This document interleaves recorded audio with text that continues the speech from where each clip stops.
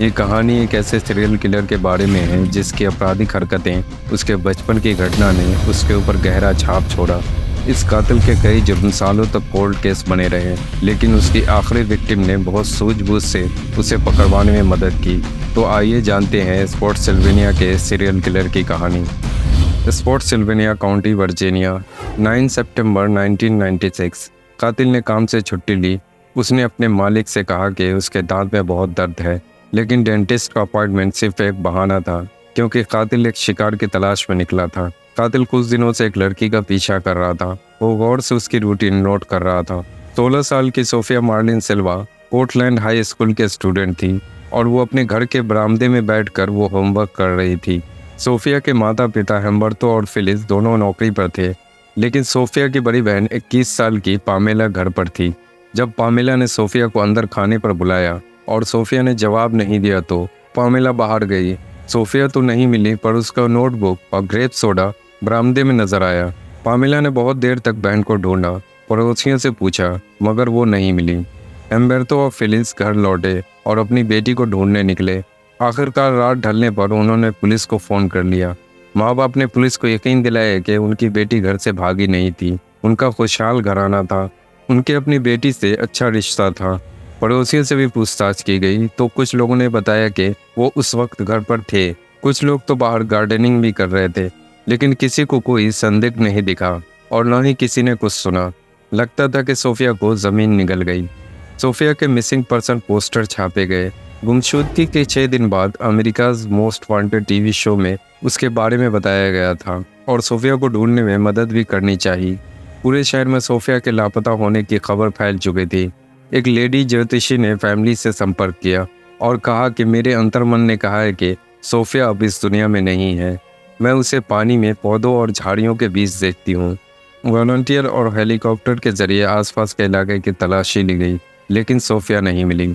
और फिर 5 हफ्ते बाद 14 अक्टूबर की शाम को स्पॉट्सविल्वेनिया से तकरीबन 48 किलोमीटर दूर किंग जॉर्ज काउंटी में खेत में काम करने वाले मजदूर बर्चवुड क्रीक नाम की नदी के किनारे एक बीवर डैम तोड़ रहे थे कि उन्हें नीले रंग के ब्लैंकेट में कुछ बंधा हुआ नजर आया। करीब से देखा तो ब्लैंकेट के अंदर से किसी के पैर नजर आ रहे थे, जिस पर नेल पॉलिश लगी थी। मजदूरों ने फौरन पुलिस को बुला लिया। नीली ब्लैंकेट के अंदर एक गली हुई लाश थी, जिसके कपड़े और पर्पल रंग के नेल पॉलिश देखकर शक हुआ कि ये सोफिया सिल्वा की लाश थी। सोफिया ने कपड़े पहने हुए थे, लेकिन उसकी ब्रा, अंडरवेयर और मोजे गायब थे, जिससे फॉरेंसिक टीम ने अंदाज़ा लगाया कि वो मौत के वक्त बिना कपड़े की थी और कातिल ने नदी में फेंकने से पहले लाश को कपड़े पहना दिए थे। नीली ब्लैंकेट मूविंग ब्लैंकेट थी। ये ब्लैंकेट वो होती है जिसे मूवर्स फर्नीचर की हिफाजत के लिए इस्तेमाल करते हैं, ताकि कीमती वजनी चीज़ों पर डेंट न लग जाए। ऑटोप्सी के दौरान गौर किया गया कि कातिल ने विक्टिम के प्यूबिक बाल शेव किए थे। सोफिया के रेप टेस्ट से एक आदमी का डीएनए हासिल हुआ और उसकी कलाइयों से नीले रंग के रेशे यानी कि फाइबर्स मिला। क्योंकि लाश 4-5 हफ्तों से पानी में भीग रही थी, ये बताना मुश्किल था कि मौत कैसे हुई थी, लेकिन डॉक्टरों का अंदाज़ा था कि उसका गला घोटा गया था। पोस्टमार्टम के बाद सोफिया सिल्वा को सनसेट मेमोरियल गार्डन्स में दफना दिया गया। कुछ महीनों बाद ऑफिसर को एक आदमी का पता चला। उसका नाम कार्ल माइकल रोच था। कार्ल सोफिया के ही इलाके में रहता था। वो कई बार जेल जाकर आ चुका था। एक बार स्कूल जाने वाली बच्चियों के सामने उसने अपने आप को एक्सपोज कर लिया। इस जुर्म के लिए उसे सजा हुई थी। वो अक्सर लड़कियों को सड़क पर खड़े होकर घूरता था, खौफनाक और परेशान करने वाली हरकतें करता था। कार्ल के मकान मालिक ने बताया कि सोफिया के गायब होने के 2 हफ्ते बाद ही कार्ल ने अचानक घर बदल लिया था। जनवरी 1997 कार्ल माइक राउस को थाने बुलाया गया। कार्ल ने कहा, मैं सोफिया का कातिल नहीं हूँ, उस लड़की को जानता नहीं हूँ, मैंने सोफिया को कभी देखा तक नहीं है। ऑफिसर जानते थे कि वो झूठ बोल रहा था, क्योंकि उसके पड़ोसियों ने ऑफिसर को बताया था कि उन्होंने कार्ल को सोफिया से बात करते हुए देखा था। सोफिया बेचैन और अनकंफर्टेबल दिख रही थी, जैसे वो कार्ल से बात नहीं करना चाहती हो। कार्ल के घर और गाड़ी की तलाश के लिए सर्च वारंट जारी किए गए। कार्ल के वैन की डिक्की में कुछ रेशे मिले। ये कारपेट या ब्लैंकेट के अंश थे। इन फाइबर को सोफिया के लाश पर मिलने वाले फाइबर से मैच किया गया और कार्ल को गिरफ्तार कर लिया गया। समस्या सिर्फ एक था, सोफिया के रेप टेस्ट किट में जो डीएनए था वो कार्ल का डीएनए नहीं था। लेकिन कार्ल के घर की तलाशी लेते हुए ऑफिसर को 2-3 मूविंग ब्लैंकेट और रस्सियां मिली थी। याद रखे, सोफिया की लाश एक मूविंग ब्लैंकेट में लिपटी हुई मिली थी। पुलिस के लिए कार्ल को जेल में कैद रखने के लिए ये कुछ सबूत काफ़ी थे। ऑफिसर ने सोफिया सिल्वा के केस को इतनी जल्दी हल करने पर गर्व महसूस किया। बेरहम कातिल के पकड़े जाने की खबर सुनकर शहर के लोग सुकून की सांस लिए। अफसोस के ये सुकून ज़्यादा देर तक कायम नहीं रहा और कातिल ने फिर से हमला किया। मई 1997 की पहली तारीख दोपहर लगभग 3 बजे क्रिस्टीन लिस्क उम्र 15 साल और उसकी बहन कैथरीन लिस्क उम्र 12 साल अपने स्कूल बस से उतरी और घर की तरफ जाने लगी। दोनों बहनें बहुत ही इंटेलिजेंट थी और अपने क्लास में टॉप आती थीं। क्रिस्टीन को जानवर बहुत पसंद थे। वो वेटरनरी डॉक्टर बनने का ख्वाब देखती थी। छोटी बहन कैथरीन को केटी पुकारा जाता था। उसे किताबें पढ़ने का बहुत शौक था। R.L. स्टाइन की डरावनी कहानियाँ उसे खास तौर पर पसंद थी। वो डिज्नी मूवी के लिए कार्टूनिस्ट बनना चाहती थी। क्रिस्टीन और कैथरीन ये जानती नहीं थी कि कई दिनों से कोई उनका पीछा कर रहा था, उनके आने जाने की खबर रख रहा था और ये दिन उनकी ज़िंदगी का आखिरी दिन था। 3:10 पर रॉन लिस्क बच्चियों का पिता काम पर था और बेटियों के फ़ोन का इंतज़ार कर रहा था। रॉन और उसकी पत्नी पेटी ने बेटियों से कहकर रखा था कि जैसे ही वो घर पहुंचे वो माता पिता को फ़ोन करके खबर दे दें। लड़कियों ने फ़ोन नहीं किया तो रॉन ने घर का नंबर डायल किया। बार बार घर फ़ोन किया लेकिन किसी ने फ़ोन नहीं उठाया। परेशान होकर रॉन ने अपना फोटोग्राफी का स्टूडियो बंद कर दिया और घर के लिए निकल गया। घर के सामने क्रिस्टीन का बैग और उसकी मैथ की बुक पड़ी थी। रॉन घर के अंदर गया तो उसने गौर किया कि अलार्म सिस्टम पहले से ऑफ किया गया था। उसने बच्चियों का नाम पुकारा पर कोई जवाब नहीं आया। घर में किचन के सिंक के पास मिल्क चॉकलेट से भरा हुआ ग्लास रखा था। बैकयार्ड में स्विमिंग पूल के अंदर पाइप से पानी भरा जा रहा था। ये सब देखकर रॉन ने अंदाज़ा लगाया कि बच्चियां घर आई थीं और वो अचानक सब काम छोड़कर कहीं चली गई थीं। रॉन और पैटी ने बेटियों के बारे में पड़ोसियों से और दोस्तों से पूछताछ किया।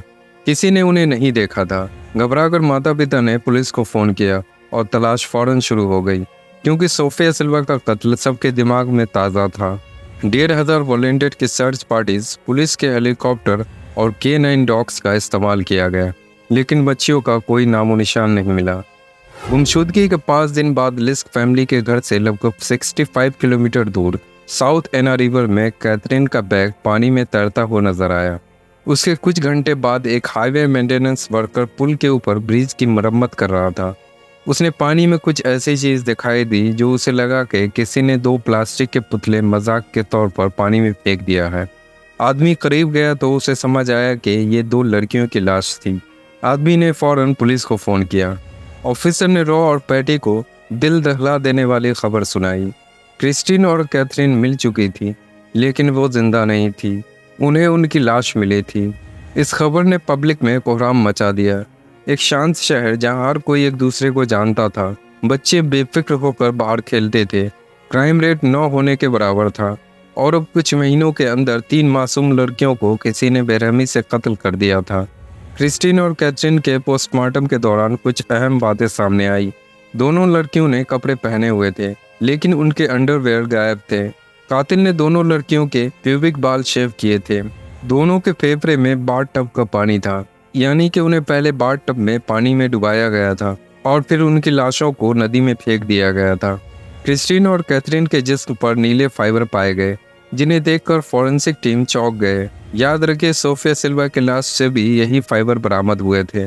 और सिर्फ यही नहीं, इन तीनों लड़कियों के बीच काफ़ी समानताएं थीं। बहुत कुछ मिलता जुलता था। एक ही उम्र की थी, उनके बाल ब्राउन थे, वो दुबली पतली नाजुक थीं। सब अपने घर से दिन दहाड़े अगवा हुई थी। कातिल ने उनकी लाश पानी में फेंकी थी और सबसे अनोखी बात, कातिल ने उनके प्यूबिक बाल शेव किए थे। और तो और उन तीनों में पाए जाने वाले नीले फाइबर्स के सैंपल भी एक जैसे थे। क्रिस्टीन, कैथरीन और सोफिया का कातिल एक ही था। ये पुलिस के लिए शर्मिंदगी का सबब बना क्योंकि कार्ल माइकल राउस को महीनों से सलाखों के पीछे रखा गया था। हालांकि असल में सीरियल किलर आज़ाद घूम रहा था। कार्ल माइकल राउस को रिहा कर दिया गया क्योंकि ये सीरियल किलर का मामला था। लोकल पुलिस ने केस FBI के हवाले कर दिया। FBI एजेंट ने जांच नए सिरे से शुरू की। कई शहरियों से पूछताछ किया गया। मीडिया के सामने प्रेस कॉन्फ्रेंस रखा गया ताकि ये केस लोगों के नज़रों में रहे और कोई भी नई इन्फॉर्मेशन सामने आए तो लोग पुलिस को इन्फॉर्म करें। FBI प्रोफाइलर ने कातिल के बारे में उसकी जिस्मानी और दिमागी हालत का अंदाज़ा लगाया। कातिल 30-40 साल की उम्र का होगा, गोरे नस्ल का होगा। कातिल को नाबालिग लड़कियां, कम उम्र, ब्राउन बाल वाली लड़कियों में दिलचस्पी होगी। ऑफिसर इस केस पर कार्रवाई करते रहे, देखते देखते 5 साल गुजर गया। 24 जून 2002 कातिल अपने बिल से फिर निकला। इस दफ़ा उसने एक बहुत बड़ी गलती कर दी। ये विक्टिम बहुत होशियार थी। वो एक बुद्धिमान लड़की निकली जिसने अपनी बुद्धि से कातिल को मात दे दिया। लड़की का नाम केरा रॉबिन्सन था। कातिल का नाम रिचर्ड मार्क एवोनेट था। तो आइए जानते हैं इस सीरियल किलर की ज़िंदगी के बारे में। जॉन डगलस एक FBI क्रिमिनल प्रोफाइलर हैं जिन्होंने 25 साल तक दुनिया के सबसे वायलेंट, बदतर, खतरनाक मुजरिमों का इंटरव्यू किया है। एजेंट डगलस का कहना है कि serial killer are not born, they are made. Serial killers पैदा नहीं होते, उन्हें बनाया जाता है। कोलंबिया, साउथ कैरोलिना, 29 जुलाई 1963 के दिन एक बच्चे का जन्म हुआ था। बच्चे का नाम रिचर्ड मार्क एनोवेट्स रखा गया। वो जोसेफ और टेस का पहला बच्चा था।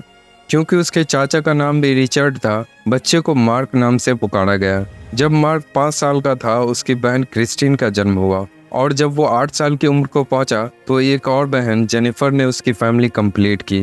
ये कहना गलत नहीं होगा कि इनोवेट्स फैमिली सुलझे हुए लोग नहीं थे। उनकी फैमिली अजीब व गरीब थी, डिसफंक्शनल थी। बाप जोसेफ शराब के नशे की हालत में वो अपनी पत्नी और बच्चों पर जुल्म करता था और अक्सर जोसेफ के गुस्से का शिकार मार्क होता था। उसे बात बात पर मारा पीटा जाता था। माता पिता के संबंध भी ठीक नहीं थे। उनका आपस में लड़ना झगड़ना रोज रोज का काम था। वो कई बार अलग अलग रहने लगते थे। पहली बार जब मार्क कुछ महीने का था, एक बार जब वो 12 साल का था। जोसेफ और टेस के दूसरे लोगों के साथ कई अफेयर चले। अफेयर्स उन्होंने बच्चों से छुपाने की कोशिश नहीं की। बाप का चक्कर 2 मोहल्लों में रहने वाली औरतों के साथ चला। जोसेफ अक्सर मार्क के हाथों उन्हें मैसेज या पत्र भेजता था। माँ टेस ने पेरी डेवो नाम के कैदी से इश्क लड़ाया। पेरी एक टीचर के रेप और कत्ल के जुर्म में जेल में था। मार्क के माता पिता अच्छे रोल मॉडल्स नहीं थे और उसके बचपन में कुछ बातें ऐसे पेश आईं जिनका असर उसकी जिंदगी और व्यक्तित्व पर पड़ा। बचपन में मार्क एक दिन कुत्ते का बच्चा घर ले आया और उसे अपने कमरे में छुपा लिया। जब जोसेफ को इस बात का पता चला तो वो बहुत गुस्सा हुआ। उसने मार्क को बाथरूम में बुलाकर उसके सामने कुत्ते को बाथटब के पानी में डुबा दिया। एक दफा 6 साल का मार्क स्विमिंग पूल में खेल रहा था, तभी पानी की छींटें बारबेक्यू ग्रिल पर पड़ी। जोसेफ उस वक्त बर्गर्स बना रहा था। उसने तैश में आकर मार्क का सर पानी में डाल दिया। मार्क काफ़ी देर तक हाथ पाँव मारता रहा, फिर जाकर जोसेफ ने उसे जाने दिया और मार्क सांस ले सका। मार्क की ज़िंदगी में एक तरफ पिता की सख्ती थी, दूसरी तरफ मार्टेस प्यार और लाड निछावर करती थी। बेटे की गलतियों पर, उसकी कमियों पर पर्दा डालती थी। 13 साल की उम्र में मार्क अजनबी औरतों को गंदे बेहुदा फ़ोन कॉल्स करके तंग करने लगा। माँ ने डांटने के बजाय बात हंसकर टाल दी। 15 साल की उम्र में वो पड़ोसियों के घर से पैसे चोरी करते हुए पकड़ा गया। पड़ोसियों ने पुलिस बुला लिया। इत्तेफाक से पुलिस ऑफिसर टेस का जानने वाला निकला। टेस ने बेटे की करतूतों को लड़कपन की गलती बता दिया। पड़ोसियों को मना कर उन्हें रिपोर्ट नहीं दर्ज करवाने पर मजबूर किया। 20 साल की उम्र में मार्क $350 के जाली चेक के साथ के-मार्ट दुकान में पकड़ा गया, जिसकी खबर पिता जोसेफ तक पहुंची। उसने बेटे को अल्टीमेटम दिया कि या तो घर से निकल जाओ या फिर सेना में भर्ती हो जाओ। मार्क यूएस नेवी में शामिल हो गया। 23 साल की उम्र में मार्क को फ्लोरिडा के मेरीपोर्ट नेवी स्टेशन में भेजा गया और वहां रहते हुए मार्क एक रात गाड़ी से निकला और उसका सामना एक केली बार्ड नाम की लड़की से हुआ। केली 15 साल की थी और वो अपनी 3 साल की बहन के साथ रोड पर चल रही थी। मार्क ने लड़कियों का पीछा किया, उनका रास्ता रोककर अपने आप को लड़कियों के सामने एक्सपोज किया। लड़कियां भागते हुए गईं और अपनी माँ को बुला लाईं। केली की माँ ने मार्क की गाड़ी का नंबर नोट किया और पुलिस में रिपोर्ट दर्ज करा दी। मार्क ने जज से कहा कि उसने शराब के नशे में ये जुर्म किया था। उसे $252 का जुर्माना अदा करना पड़ा और 3 साल की प्रोविजन मिली। ये खबर नेवी तक पहुंची और मार्क को डिमोट कर दिया गया। साल 1988।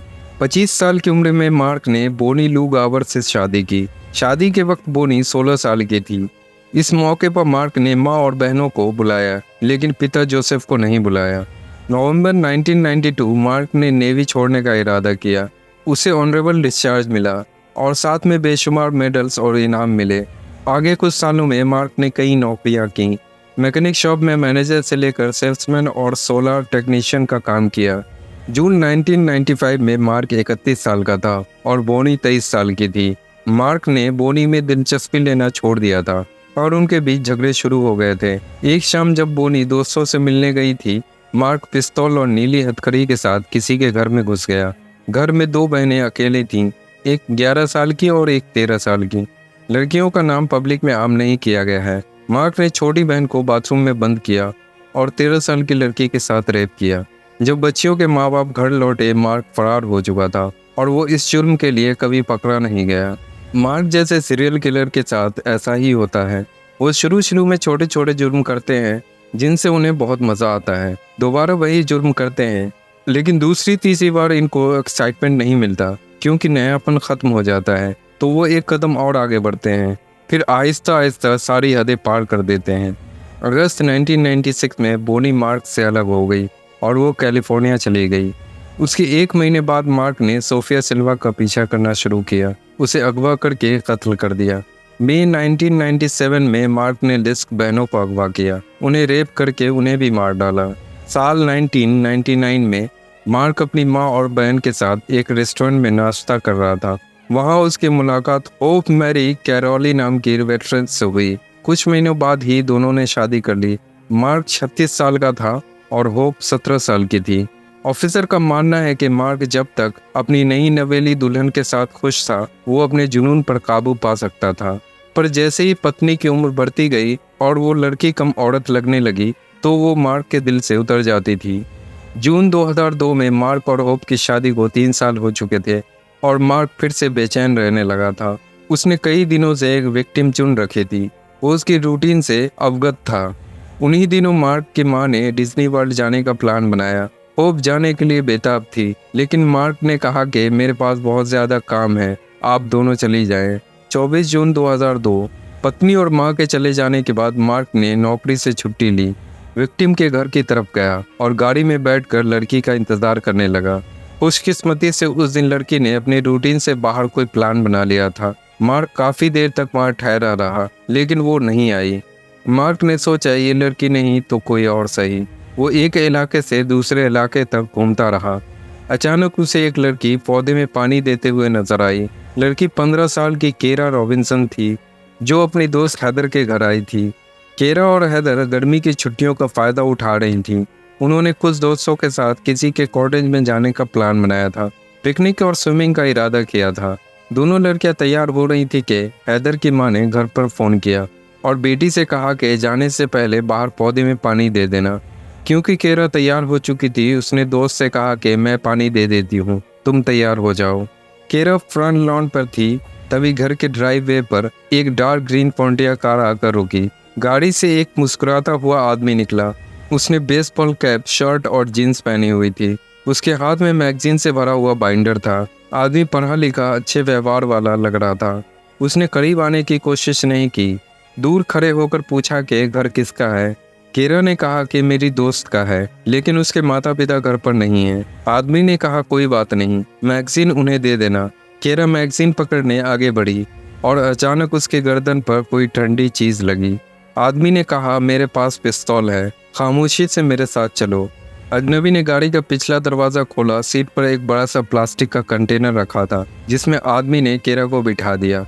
जैसे ही गाड़ी चलने लगी, केरा ने दिल ही दिल में सोचा, keep calm, gather information and escape. शांत रहो, जानकारी इकट्ठा करो और भाग निकलो। केरा ने प्लास्टिक के डब्बे के अंदर जो सीरियल नंबर लिखा था वो याद कर लिया और साथ में उसने नोट किया कि उसे अगवा करने वाला कौन सी ब्रांड का सिगरेट पी रहा था और वो कौन सा म्यूजिक रेडियो पर सुन रहा था। जब गाड़ी रुकी, आदमी ने केरा के मुंह पर पट्टी बांधी, उसके हाथ नीले ऊन वाली हथकड़ियों से बांधे, डब्बे का ढक्कन बंद कर दिया और फिर डब्बा घसीट कर अपने अपार्टमेंट बिल्डिंग में ले गया। अपार्टमेंट में जाते ही आदमी ने केरा को डब्बे से निकाला, उसे बेड पर बिठाकर एक पेन और डायरी उठाई। उसने केरा से बहुत सारे सवाल किए और डायरी में केरा के जवाब लिखता गया। तुम्हारा नाम क्या है? फैमिली में कौन कौन है? माता पिता साथ हैं या अलग हो गए? तुम्हारा बॉयफ्रेंड है क्या? आदमी ने केरा से बहुत से पर्सनल अजीब डिटेल्स पूछा। केरा ने सोचा आदमी मुझे अपने घर लाया है, वो अपने चेहरे को छुपाने की कोशिश नहीं कर रहा है। उसे पकड़े जाने का डर नहीं है क्योंकि वो मुझे जिंदा नहीं छोड़ेगा। अगवा करने वाले ने केरा को शावर लेने के लिए कहा और फिर रेजर से प्यूबिक बाल शेव करवाए और फिर उसने केरा के हाथ दोबारा नीली हथकड़ियों से बांध दिए और बेड के फ्रेम में उसकी टांगें बांधी। अगले 18 घंटे तक आदमी ने केरा को यौन हिंसा का शिकार बनाया और ज्वाइंट स्मोक करने पर मजबूर किया। कुछ घंटे बाद आदमी का सेल फोन बजा। आदमी ने काफी देर तक बात की। केरा को एक औरत की आवाज़ सुनाई दे रही थी। मुमकिन था कि ये आदमी की गर्लफ्रेंड या उसकी पत्नी हो गई। फोन बंद करने के बाद अचानक आदमी को सफाई करने का ख्याल आया। वो किचन में जाकर बर्तन धोने लगा क्योंकि केरा ने ठान लिया था कि वो किसी न किसी तरह इस यातना से जिंदा निकलेगी। उसने आदमी के साथ दोस्ताना व्यवहार करने की कोशिश की। क्या मैं मदद कर सकती हूँ आपकी? आदमी ने कहा, तुम्हारी मर्जी, और केरा के हाथ में ब्रूम थमा दिया। केरा ने सफाई करते हुए इधर उधर नजरें दौड़ाई। फ्रीज पर मैग्नेट से दवाइयों की रसीद लगी हुई थी। केरा ने डॉक्टर और डेंटिस्ट का नाम याद कर लिया। अपार्टमेंट छोटा सा था लेकिन उसमें बहुत सारा सामान इकट्ठा हुआ था। किचन और लिविंग रूम में कई पिंजरे थे जिसमें लिजर्ड, चिड़िए और हैमस्टर थे। वॉशरूम के सिंक के पास एक हेयर ब्रश था जिसमें इक्का दुक्का लंबे लाल बाल अटके हुए थे। एक दीवार पर सेना के मेडल्स टंगे हुए थे।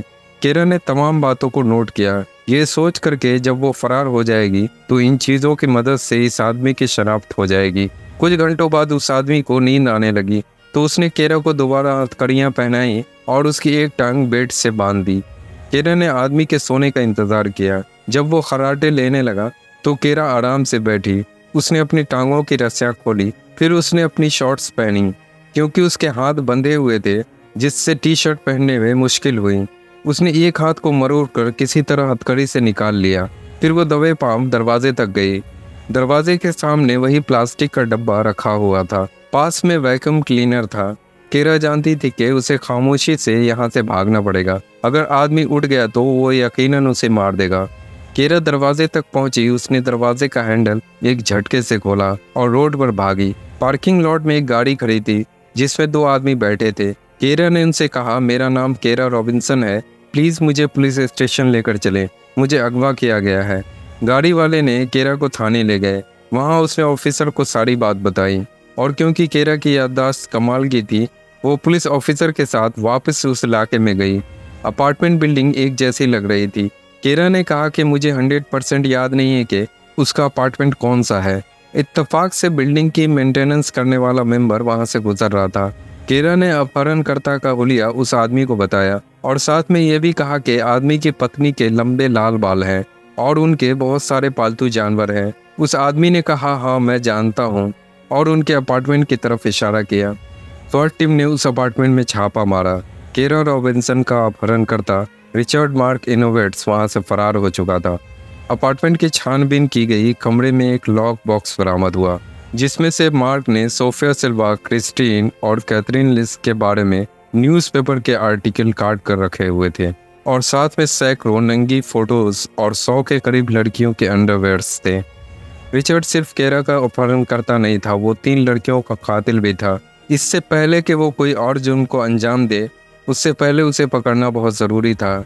जब मार्क की आंखें खुली तो उसे फ़ौरन एहसास हो गया था कि केरा भाग चुकी थी। मार्क ने अपार्टमेंट से ज़रूरत की चीज़ें उठाई, पिस्तौल हाथ में ली और अपनी सिल्वर 1996 फोर्ड एस्कॉर्ट में बैठकर फरार हो गया। सबसे पहले उसने बैंक जाकर अपने अकाउंट से सारे पैसे निकाल लिए। फिर वो एक फार्मेसी में रुका और 1 बॉटल वाइग्रा खरीदी। इसके बाद उसने अपनी बहन क्रिस्टीन को फ़ोन किया और कहा, मुझे तुम्हारी मदद की ज़रूरत है। क्रिस्टीन उसके जुर्म के बारे में नहीं जानती थी और उसने भाई के लिए होटल रूम की बुकिंग कर दी। मार्क ने होटल रूम में छुपकर 2 दिन गुजारे, पर जब तक क्रिस्टीन जान चुकी थी कि पुलिस को मार्क की तलाश है। क्रिस्टीन ने पुलिस को फ़ोन करके होटल का पता बता दिया, लेकिन जब पुलिस वहां पहुंची वो दोबारा गायब हो चुका था। मार्क के किसी अंकल ने उसे फ़ोन करके आगाह कर दिया था। होटल से निकलकर मार्क ने अपनी दूसरी बहन जेनिफर को फ़ोन किया। जेनिफर फ्लोरिडा में रहती थी और हालांकि वो जानती थी कि मार्क पुलिस से छुप रहा है, जेनिफर ने एक्टिंग की कि वो कुछ नहीं जानती है। उसने भाई से कहा, मेरे घर के पास आई होप रेस्टोरेंट है, वहाँ मिलते हैं। भाई के साथ लोकेशन और टाइम सेट करने के फ़ौरन बाद जेनिफर ने पुलिस को इन्फॉर्मेशन दे दी थी। बताए हुए वक्त पर जब मार्क आई होप पहुँचा अफसोस कि उसने दूर से पुलिस की गाड़ियां देख ली और फिर से उसने भागने की कोशिश की। कई मिनटों तक पुलिस की गाड़ियों ने उसका पीछा किया और आखिरकार मार्क की गाड़ियां सड़क के किनारे रोकी गई। पुलिस ने उसके ऊपर कैनाइन डॉग छोड़ दिया, लेकिन इससे पहले पुलिस ऑफिसर मार्क को काबू कर सकते उसने अपनी पिस्तौल से अपनी जान ले ली। मार्क की मौत के बाद ऑफिसर को शक है कि रिचर्ड मार्क इवोनेट्स ने 3 लड़कियों के अलावा भी कई और कत्ल किए थे। रूट 29 स्टॉकर एक केस का नाम है जो अभी तक सॉल्व नहीं हुआ। रूट 29 स्टॉकर का नाम उस कातिल को दिया गया है जिसने सालों तक वर्जीनिया की औरतों को रेप और कुछ विक्टिम को कत्ल किया था। लोगों का मानना है कि रिचर्ड मार्क इवोनेट्स रूट 29 स्टॉकर था। सीरियल किलर पकड़े जाने के बाद केरा रॉबिन्सन को सोफिया क्रिस्टिन और कैथरीन के कातिल को पकड़वाने के इनाम में 1.5 लाख अमेरिकी डॉलर दिए गए। उसने हाई स्कूल खत्म करने के बाद पुलिस एकेडमी में प्रवेश लिया। उसने काफ़ी साल तक औरतों के केसेस को सॉल्व किया। शादी करने के बाद जब केरा के 2 बेटे हुए, उसने लॉ इन्फोर्समेंट की नौकरी छोड़ दी। वो हाउस वाइफ की ज़िंदगी से बेहद खुश है और अपने बच्चे को होम स्कूल करती है। दोस्तों, ये थी स्पॉट्सविलिया के सीरियल किलर रिचर्ड मार्क इवोनेट्स की कहानी। तो कैसी लगी आपको ये कहानी, प्लीज़ कमेंट करके ज़रूर बताएं। वीडियो को पूरा देखने के लिए आपका धन्यवाद। प्लीज़ वीडियो को लाइक करें और चैनल को सब्सक्राइब करें। मिलते हैं नेक्स्ट वीडियो में। Take care.